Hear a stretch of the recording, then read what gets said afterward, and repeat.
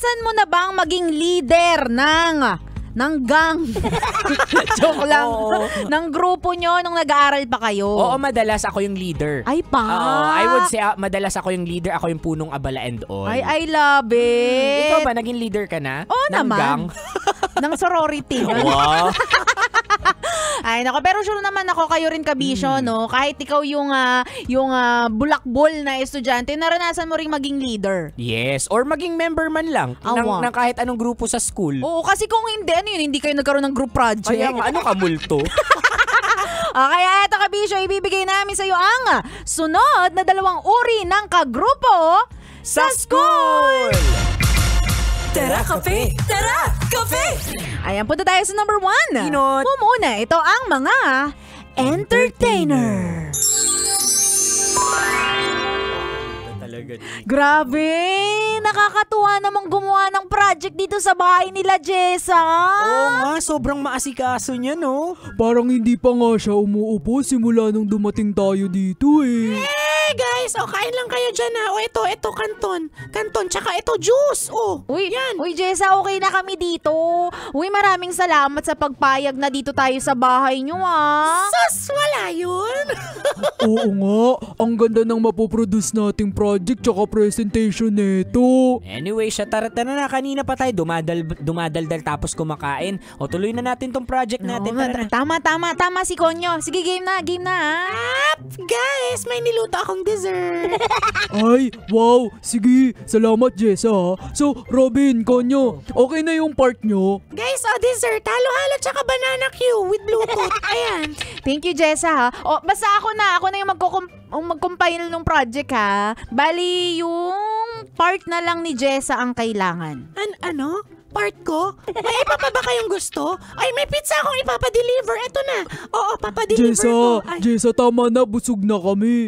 Magtrabaho ka na dito para magawa mo na yung ambag mo sa project. Ha? Hindi pa ba sapat yung mga pagsisilbi ko sa inyo? Pinakain ko kayo. Pinakanton ko kayo. Pinatuloy ko kayo sa tirahan namin. Ang dami yung demands dapat iba na lang mga ka-groupmates ko. Hindi nyo ako na-appreciate. Wala siya. Ayan. Ay, pero gusto ko to. Yung mga ganito yung ambag. Ganyan. Pansit canton. Awa. Pero usually, no, kapag mga group project, hindi nawawala ang mga pakanton. Ayan. Kasi yun yung pinakamura. Oo. Tapos pampagising yun yung MSG. Ay, oo, legit talagang yan. gaganahan ka gumawa ng project. Kaya kapag nagkatrabaho ka, ayun, yung utak mo, gamunggo na lang. Dahil sa MSG. Oy, pero para sa akin okay lang din to. Oo. Yung bumabawi sila sa bahay na lang magpapaproject, Yan. magpapamerienda. 'Di ba kasi kami naranasan talaga namin na gumawa ng project sa labas ng school. Oh. Doon kami nakasalampak sa sahig. Mahirap yun. Awa. Okay, pasalamat tayo sa kanila. Anyway, that's number 1 pa lang po naman tayo. So last but not the least, number 2. Andua. Pangadwa, ito ang mga dramatista. Ano? Ready na ba tayo mag-present? Ready na? Ready na yung chapter 1 tsaka RRL. Ako rin okay na yung introduction sa methodology. Ay, guys, nice.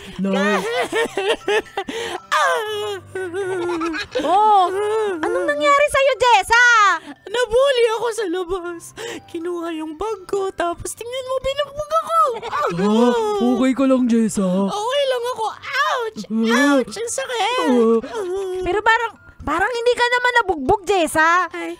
Oo nga, umamin ka nga. Wala naman pasa. Siguro di ka gumawa ng project, no? Oo nga. Ay, hindi ba pasading drama ko? Hindi. Ay, sayang. Sige, sorry guys. Absent na lang sana ako kaso ayoko naman kayong iwan sa Eric. Kapal Uy, mo. bawi ako next time ha.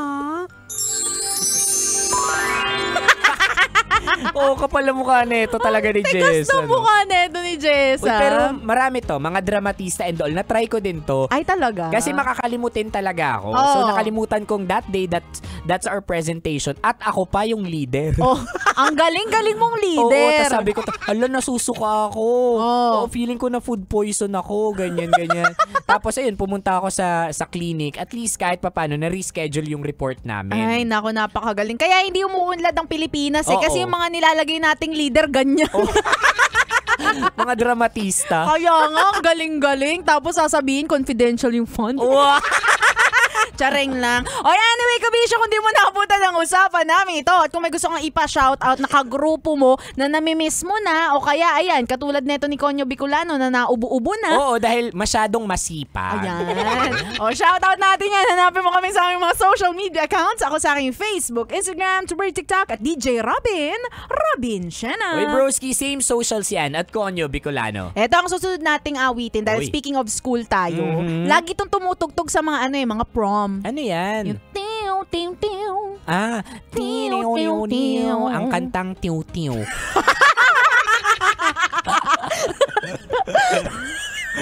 Diba? Di natin alam eh. Susunod na ang Wonderful Tonight. Tiw. Tiw. Muli, this is your pinakamagandang probinsyana, DJ Robin Shena. Konyo Bicolano po. Dito lang yan sa Tara. Kape! Tara kape! Sa 90.7 Love Radio. Feel good. Ay, gagi pare. Awa. Tara kape! Tara kape! Konyo Bicolano at Robin Shena!